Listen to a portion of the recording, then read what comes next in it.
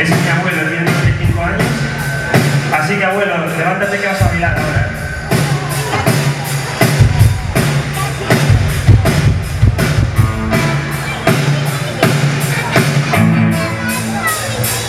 Suplicaste cada uno de tus días, te rendiste ante tus tratos de favor,